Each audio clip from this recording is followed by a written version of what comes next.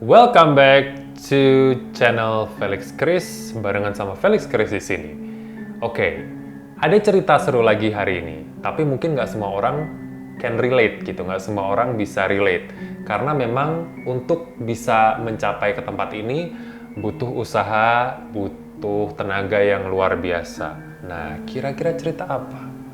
Kita simak sama-sama.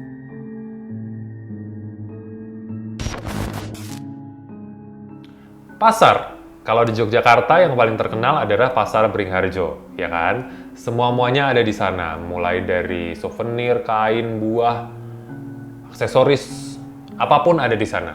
Tapi ada juga pasar yang selalu ramai, tapi nggak semua orang bisa lihat.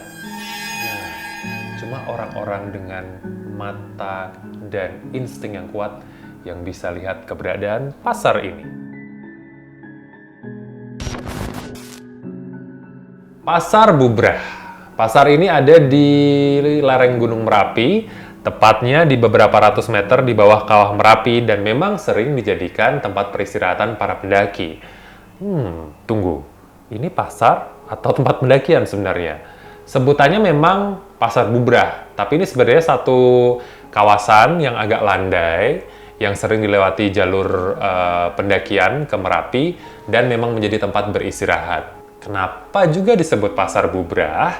Nah, karena sebenarnya Pasar Bubrah ini adalah pasar dengan penduduk atau aktivitas yang tidak semua orang bisa melihat.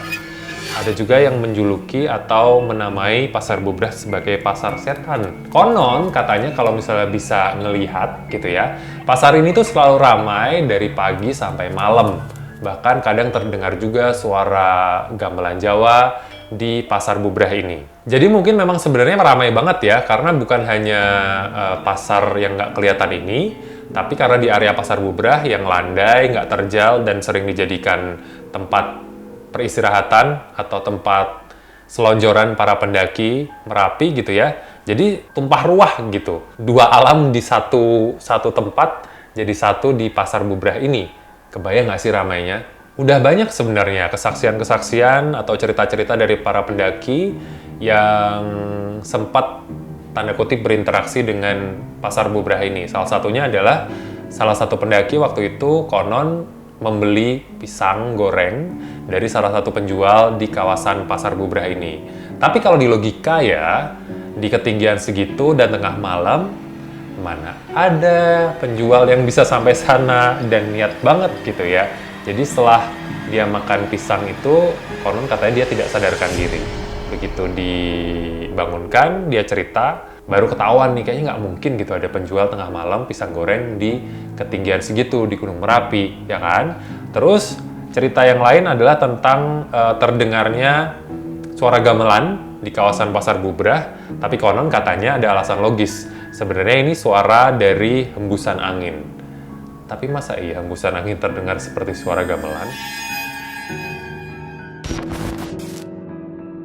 Dari Gunung Merapi kita ke Gunung Lawu, yang dulu namanya adalah Wukir Mahendra dan menjadi salah satu gunung tertua di Jawa karena memang termasuk sebagai gunung purba. Gunung Lawu ini juga menjadi salah satu favorit para pendaki. Pendakian ke gunung ini biasanya ditempuh dari Cemoro Kandang di Tawangmangu, Jawa Tengah, kemudian Cemoro Sewu di Sarangan, Jawa Timur, dan jalur Candi Ceto. Nah, uniknya ternyata di Gunung Lawu ini ada satu warung yang benar-benar warung gitu ya. Ini warung dijuluki warung tertinggi karena memang benar-benar di situ ada penjualnya. Ini bukan warung mistis, ada wujudnya dan sering dikunjungi para pendaki untuk beristirahat dan minum atau makan cemilan di sini. Warung ini adalah warung Mbok Yem gitu. Jadi Mbok Yem ini memang tangguh banget karena memang dia membawa barang-barang dagangannya dan berjualan di warung di Gunung Lawu ini. Dan satu-satunya nih, belum ada yang lain yang setangguh Mbok Yem yang bisa buka warung di situ. Nah, kalau Mbok Yem ini tadi benar-benar berjualan dan punya warung, ternyata Mbok Yem tidak sendiri. Ada penjual-penjual lain yang ada di Gunung Lawu, tapi mereka tidak kasat mata, alias nggak kelihatan. Mereka itu adalah para penghuni Pasar Setan Gunung Lawu. Nah, Pasar Setan Gunung Lawu sendiri, nama lainnya adalah Pasar Dieng yang terletak di pos 5. Titik Pasar Dieng ini bisa ditempuh sekitar 70 menit dari pos jalur 4, jalur pendakian via Candi Cetho. Konon katanya kalau melintasi Pasar Setan ini, ketika seorang pendaki mendengar ada orang nanya, mau beli apa dek? Gitu ya, itu harus langsung dijawab. Mau beli batu, mau beli kayu, mau beli daun, apa aja boleh, terus disusul dengan melemparkan uang ke arah suara berasal. Gitu. Hukumnya wajib, karena kalau enggak dilaksanakan, enggak jawab ketika ditanya mau beli apa, konon katanya si pendaki akan mendapatkan kesialan.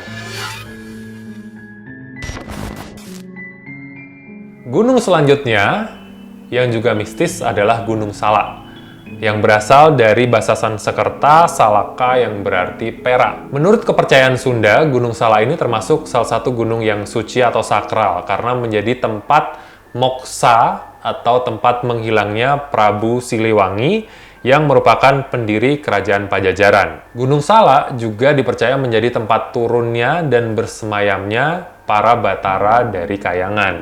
Memang agak horor sih Gunung Salak ini, karena kalau ingat lagi nih beberapa tahun yang lalu sempat ada peristiwa jatuhnya pesawat Sukhoi itu di Gunung Salak juga, ya kan? Dan memang banyak mitos-mitos yang berkembang di sekitaran Gunung Salak ini. Salah satu cerita seram yang cukup legendaris adalah cerita salah satu pendaki yang membeli pisang goreng di Gunung Salak dan kemudian jatuh pingsan setelahnya. Dan setelah dibangunkan oleh teman-temannya, ya otomatis memang tidak ada penjual. Tapi mungkin dia akan menjadi satu-satunya orang yang berhasil makan pisang goreng dari alam lain ya.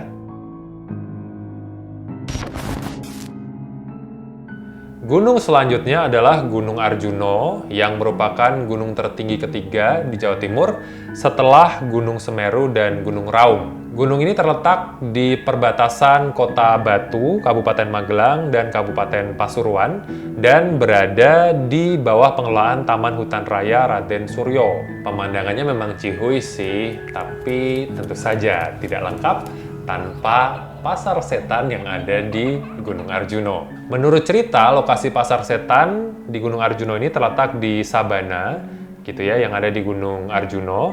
Dan Pasar Setan ini akan muncul pada saat malam hari dan menghilang keesokan harinya.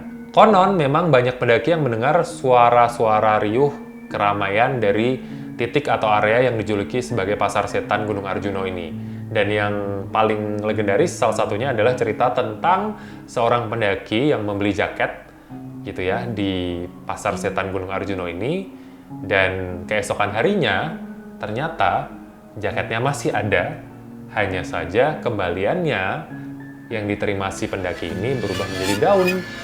Gitu, wah ditilep uangnya kayaknya ya. Tapi anyway, itu tadi cerita tentang pasar-pasar tak nampak, pasar setan yang ada di gunung-gunung yang ada di Jawa. Kalau misalnya kamu tahu ada pasar setan yang lain di gunung yang pernah kamu daki, boleh tulis di kolom komentar ya. Felix Riz pamit. Terima kasih sudah menyimak cerita kali ini, dan sampai ketemu lagi di cerita selanjutnya. Jangan lupa klik like dan subscribe pastinya. Sampai jumpa.